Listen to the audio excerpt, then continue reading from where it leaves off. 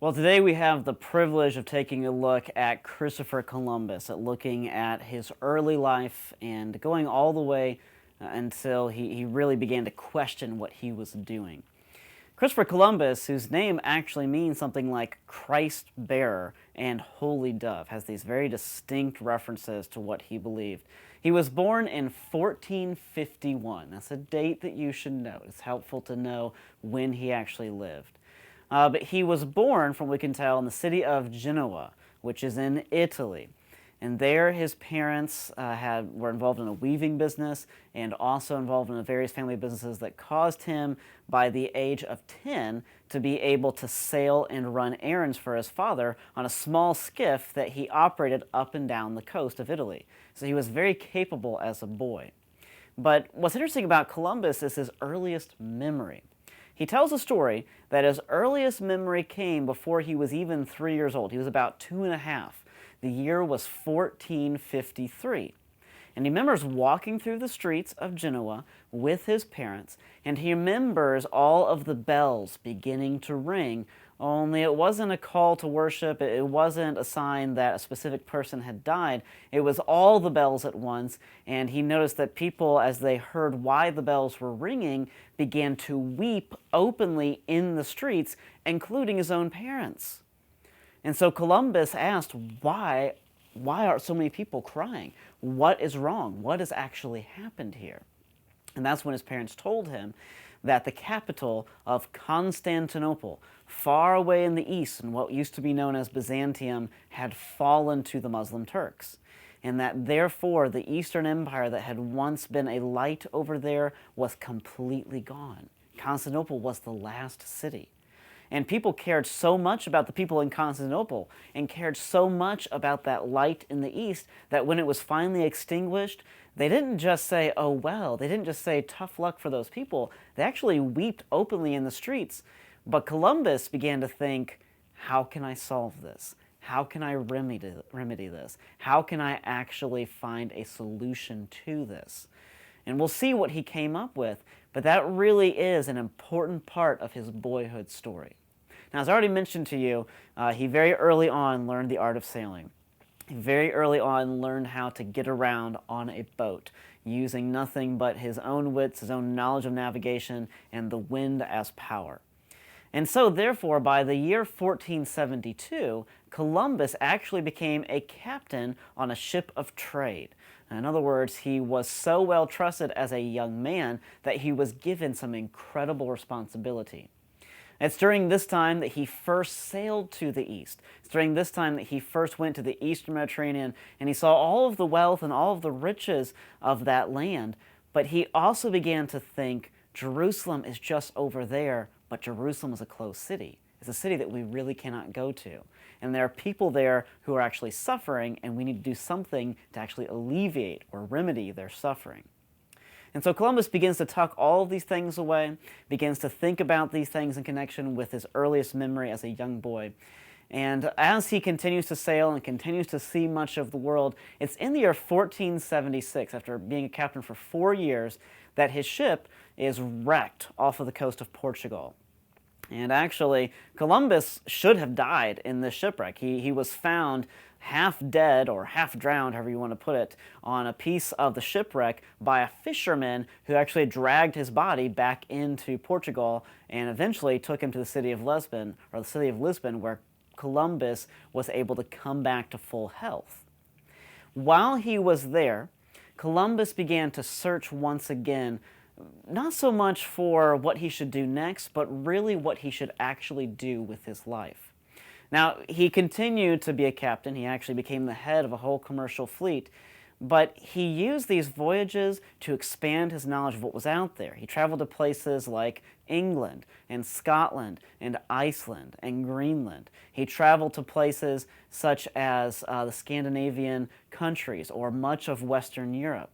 And as he began to travel to these places, he began to encounter all the stories of places like Ultima Thule, all the stories of what might actually be out there to the west.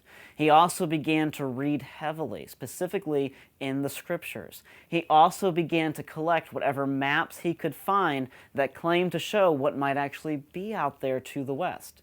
The maps at this point still weren't very reliable, and they certainly weren't accurate, but they at least showed that there was something out there. Sometime around this era of Columbus's life, he also encounters the school of Sagre, which you'll see here on the screen because this is a word that you won't be easily able to spell unless you're familiar with the Portuguese language. And at Sagre, Columbus encountered a group of fellow navigators, a group of men who were interested in exploration, interested in proper shipbuilding and so forth, and he began to find men who were like him. And this school was founded by an incredible man himself. It was founded by a prince known as Henry the Navigator, who also wanted to retake Jerusalem. And Henry the Navigator was famous because he was the first modern ruler, or the first modern anyone, to actually get someone to travel all the way around Africa. It was a strange thing. There was this cape about half the way down Africa called Cape Bojador.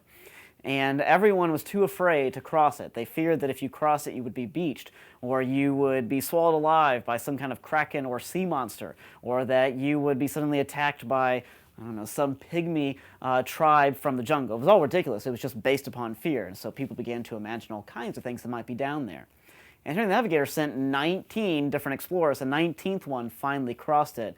And once they managed to get past that one cape, everyone was able to get past it. It was all mental. It was all in their mind that kept them from going that far.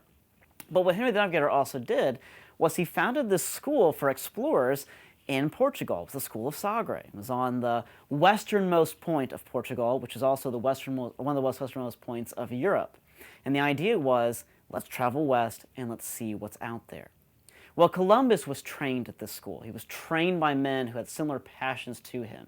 And he began to understand navigation. He began to understand astronomy. He began to understand maps. He began to understand things like, how do you best build a ship? How do you best use navigational instruments? How do you understand things like currents in the water? How do you understand wind currents and things like that? As a result, Columbus was given so much knowledge and so much skill in how to calculate these things that a story is told about Columbus that one day as he walked along the beaches of Portugal, a piece of driftwood appeared on the shore. And he noticed some interesting things about this driftwood. He noticed, first of all, that it came from a tree, because it had a bark pattern, that was like no other tree that he knew of in the known world. And Columbus was pretty well versed in the various plants of the known world. He also noticed that it had been hewed. It actually had marks from some kind of axe or some kind of knife. And so he realized that some person had most likely been working on this. But however he was able to do it, Columbus evaluated how long this piece of driftwood had been in the water, and he also evaluated how long this piece of driftwood had actually taken, or how many miles it had traveled to get to where he was. And so he determined that land was only as far away as that. So he used a piece of driftwood to figure out how far away it was. Now, after this time, Columbus, everything seemed to be going well for him. He married, he had a son named Diego, and he began to appeal to people for his mission to retake Jerusalem by sailing west. This was the idea now. Let's not travel overland by the eastern route. Let's sail west. We'll be able to retake Jerusalem because we'll invade from essentially the back door. But the following year, by the time Columbus was 34 years old, in the year 1485 we are now, his wife suddenly died. And all of the people who he had been talking to about sailing west suddenly denied him. Columbus, the following year, moved to the city of Castile, which is in one of the Spanish kingdoms. His son accompanied him. He needed somebody badly to help him with his son and badly to help with the house. He actually met a beautiful young woman named Beatrice who helped him with these things. She was a great mother to Diego and somebody that Columbus fell in love with, only the laws of the time prevented him from marrying her. And so Columbus, feeling that he was a broken man and feeling that his life was over, began to hit rock bottom. And had Columbus given up, Had he actually decided to call it quits here and nobody had been sent into his life to rescue him, it's quite possible that we wouldn't be having this conversation because no one would have ever heard of Columbus. But we'll talk about why people know about Columbus in the last video.